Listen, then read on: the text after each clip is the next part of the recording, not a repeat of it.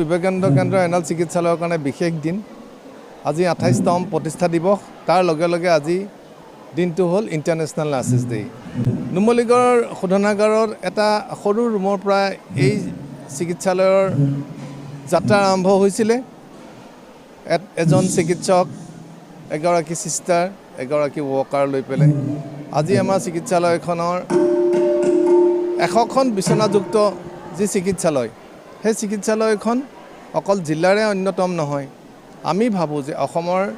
চিকিৎসা ক্ষেত্ৰত আমি এক প্ৰতিভূ বুলি আমি নিজকে গৰ্ব অনুভৱ কৰোঁ কাৰণ চৰকাৰী চিকিৎসালয়ৰ যি দুৰৱস্থা আজি আৰু ব্যক্তিগত চিকিৎসালয়ৰ যি ব্যৱসায়িক মনোবৃত্তি তাৰ মাজত আমি নিৰলসভাৱে আমাৰ ওচৰৰ অকল জিলাখনৰে নহয় জিলাৰ বাহিৰৰ পৰাও বহুত ৰোগী আহি আমাৰ ইয়াত সুন্দৰভাৱে চিকিৎসা ল'বলৈ সক্ষম হৈছে অকল উন্নতমানৰ চিকিৎসাই নহয় অতি সুলভ মূল্যত আমি চিকিৎসা কৰিছোঁ অকল আমাৰ চিকিৎসালয়তে নহয় আমি প্ৰায় 60খন গাঁৱত প্ৰতি মাহে আমি গাঁৱে গাঁৱে চিকিৎসা আগবঢ়াইছোঁ আমাৰ মোবাইল মেডিকেল কেম্পৰ দ্বাৰা স্বামী বিবেকানন্দৰ যি বাণী চাৰ্ভ মেন চাৰ্ভ গড ৰাইজৰ সেৱাৰে ঈশ্বৰৰ সেৱা এই মন্ত্ৰ সাৰোগত কৰি আমি আশা কৰিছোঁ আমাৰ এই যাত্ৰা অব্যাহত থাকিব মিলেটৰ পৰা বিস্কিট প্ৰস্তুত কৰা এক বিপ্লৱ কৃষি বিপ্লৱ আৰম্ভ কৰিছে অসমত তেখেতক আমি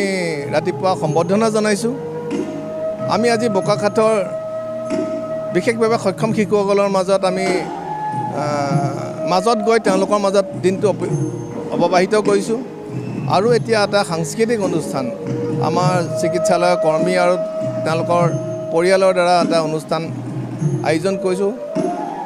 বিশেষ শিল্পী আহিব আজি আমাৰ বিবেকানন্দ কেন্দ্ৰ এনাল চিকিৎসালয়ৰ কাৰণে বিশেষ দিন আজি 28তম প্ৰতিষ্ঠা দিৱস তাৰ লগে লগে আজি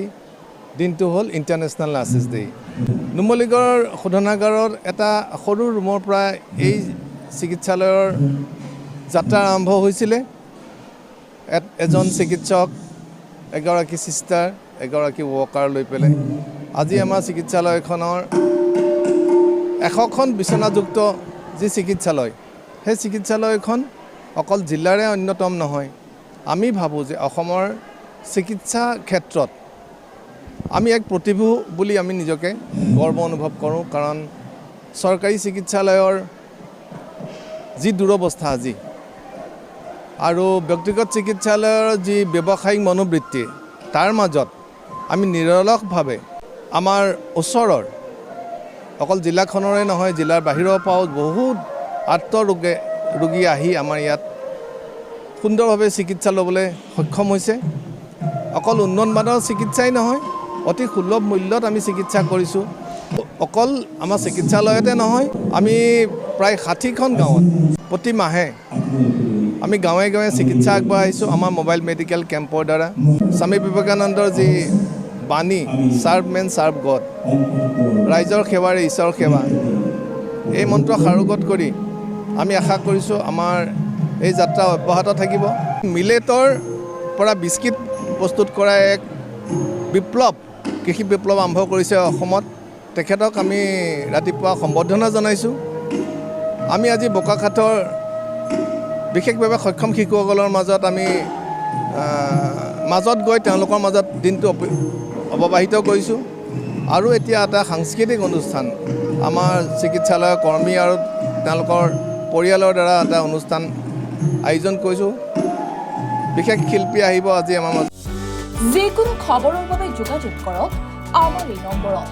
9181 307 2221